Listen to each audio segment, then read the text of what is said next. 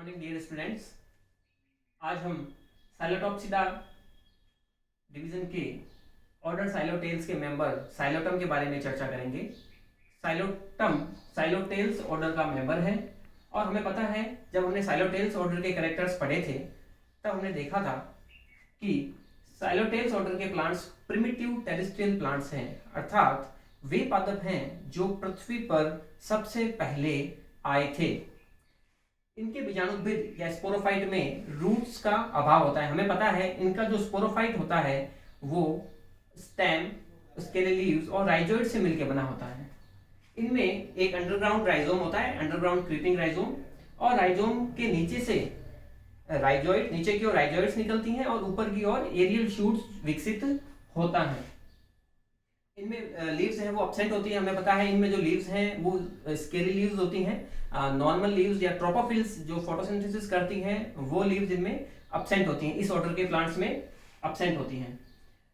पादप या इस प्रकार के प्लांट्स या इस ऑर्डर के प्लांट्स होमोस्पोरस होते हैं, अर्थात इन पादपों में जो स्पोर्स बनते हैं वो एक ही प्रकार के बनते हैं। सारे स्पोर्स सेम साइज के होंगे और सेम ही फंक्शन उनका होगा। इस प्रकार के प्लांट्स को हम होमोस्पोरस प्लांट्स या समबीजाणु पादप कहते हैं। इन पादपों की बीजाणुधानियां 2 या 3 के ग्रुप में बनती हैं। ये हमने पहले भी देखा था कि जो बीजाणुधानियां 2 या 3 के ग्रुप में बनती हैं उन बीजाणुधानियों को हम समबीजाणुधानी या सिनेंजिया कहते हैं। और ये बहुत इंपॉर्टेंट टर्म है एग्जाम के पॉइंट ऑफ व्यू से, ऑब्जेक्टिव और शॉर्ट आंसर, शॉर्ट क्वेश्चंस में सिनेंजिया किसे कहते हैं ये बहुत बार एग्जाम में पूछा गया है। इनके जो ये गैमेटोफाइट होते हैं वो एक्सोस्पोरिक एंड उभयलिंगाश्रयी होते हैं एवं भ्रूण का विकास बहिर्मुखी बाहर होता है, बहिर्मुखी होता है। साइलोटम के वर्गीकरण की बात करें तो साइलोटम टेट्राफाइटा डिवीजन में साइलोटॉप्सिडा सब डिवीजन के ऑर्डर साइलोटेल्स का मेंबर है। इसकी फैमिली है साइलोटेसी। इस ऑर्डर साइलोटेल्स ऑर्डर की साइलोटेसी फैमिली में अधिकतर प्लांट्स एक्सटिंक्ट हो चुके हैं। बहुत कम प्लांट्स ही जो है लिविंग है। उसी में एक प्लांट है साइलोटम जिसे हम लिविंग फॉसिल के रूप में भी हमने पढ़ा था, हमने देखा था उदाहरण के अंदर। इस प्लांट की यानी कि साइलोटम की जब हम जातियों की बात करें तो इसकी 2 जातियां साइलोटम फ्लैसिडम व साइलोटम न्यूडम पाई जाती हैं। साइलोटम फ्लैसिडम ट्रॉपिकल व सब ट्रॉपिकल एरियाज के अंदर वितरित है पूरे विश्व के अंदर, जबकि साइलोटम न्यूडम एक एपिफिटिक या अधिपादपीय जाति है, यानी कि वे जातियां, वे प्लांट्स जो दूसरे पादपों के ऊपर अपना जीवन यापन करते हैं, उसके ऊपर रहते हैं, ये वो उस प्रकार की जाति हैं।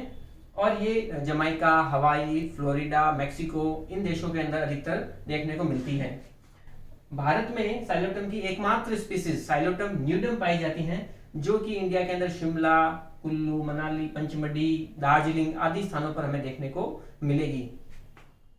इसके स्पोरोफाइट के बारे में अगर हम बात करें कि हमें पता है इसका स्पोरोफाइट राइजोइड्स, अंडरग्राउंड राइजोम व स्केली लीव्स के अंदर डिस्ट्रीब्यूट होता है। तो इसकी हम स्पोरोफाइट को हम 2 हेडिंग्स के अंदर एक्सटर्नल मॉर्फोलॉजी यानी कि बाह्य संरचना व इंटरनल मॉर्फोलॉजी यानी कि आंतरिक संरचना के अंतर्गत हम पढ़ेंगे। और आंतरिक संरचना के अंदर इसमें हम 3 हेडिंग्स के अंदर इसको बांटा हमने, भूमिगत राइजोम यानी कि subterranean rhizome, aerial shoots and leaves. बीजाणुद्भिद की संरचना के बारे में बात करें और हम यहाँ बाह्य संरचना की बात कर रहे हैं कि किस प्रकार से वो दिखता है। आपको यहाँ पर बीजाणुद्भिद साइलोटम का दिखाई दे रहा है। जो बीजाणुद्भिद है उसके अंदर आप देखेंगे कि ये हिस्सा राइजोम जो भूमि के अंदर रहता है, अंडरग्राउंड राइजोम है। इसके ऊपर ये एरियल शूट है जो कि द्विविभाजित शाखित हो रहा है, और उसके ऊपर ये इसके लीव्स और सिनेंजिया लगे रहते हैं जो इसके पार्ट्स हैं। तो ये आपको फोर्क की तरह दिखाई दे रहा है, एक कांटे की तरह दिखाई दे रहा है, चम्मच की तरह। इसलिए इसका जो सामान्य नाम है वो फोर्क टेरिडोफाइट या फोर्क प्लांट भी इसे हम कहते हैं। ये प्रश्न भी बहुत बार एग्जाम में पूछा गया है। इसका स्पोरोफाइट भूमिगत प्रकंद, वायवीय शाखाएं एवं मूलाभास में विभेदित होता है, जो हम यहाँ देख रहे हैं इसके डायग्राम के अंदर। जो स्टेम होता है या जो राइजोम होता है, अंडरग्राउंड होता है, जो बेलनाकार, सिलेंड्रिकल, प्रोस्ट्रेट या द्विभाजित शाखित भी होता है। इसके प्रकंद की एक विशेषता होती है कि इसके प्रकंद के अंदर यहाँ पर इंट्रासेल्युलर माइकोराइजा पाया जाता है।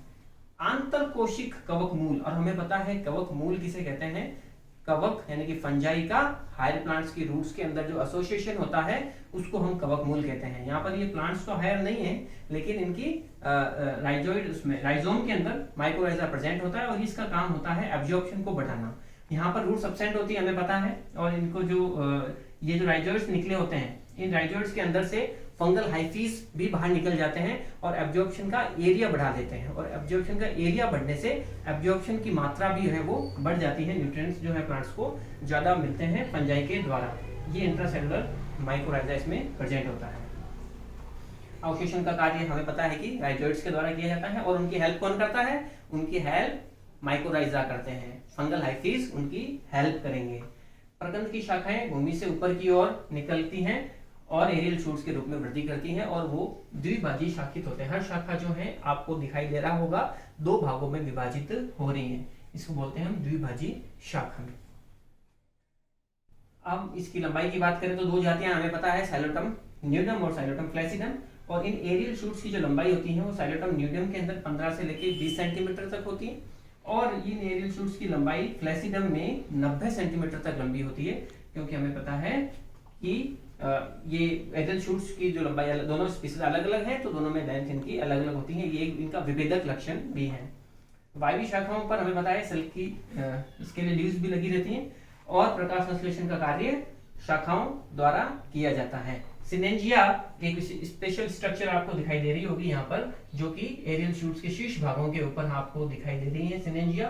और हमने बात की थी 2 या 3 स्पोरेंजिया जब एक साथ लग जाती हैं, देखो 3 के ग्रुप के अंदर स्पोरेंजिया लगी हुई है, इसलिए इसका नाम हमने सिनेंजिया दिया है।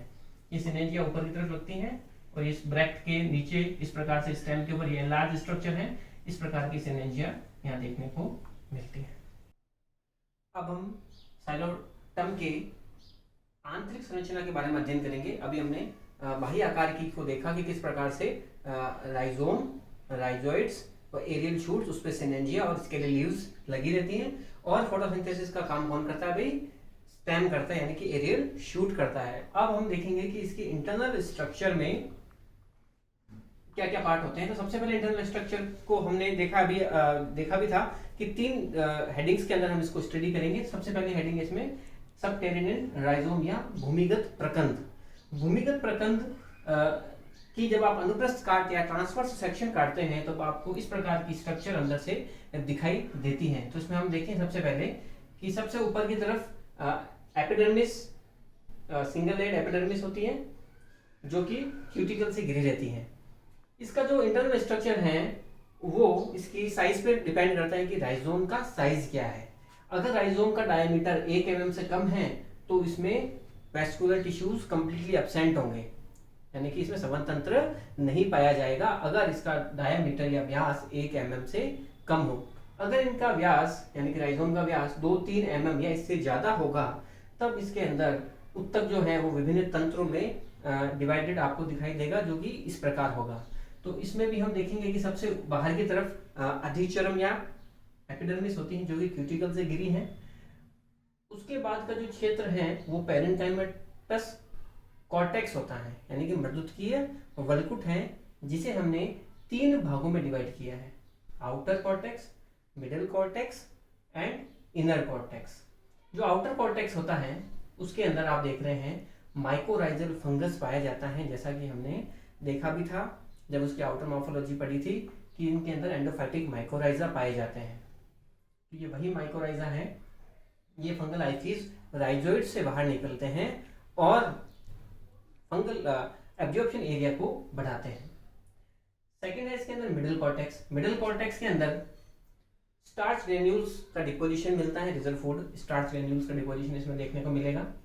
और इसमें लास्ट जो सबसे अंदर की तरफ जो रीजन है कॉर्टेक्स का, उसे हमने इनर कॉर्टेक्स नाम दिया है, और इनर कॉर्टेक्स के अंदर टेनिन पाया जाता है। जैसे ही कॉर्टेक्स का पार्ट खत्म होता है वहां पर एंडोडर्मिस अंतःत्वचा की एक लेयर दिखाई देती है।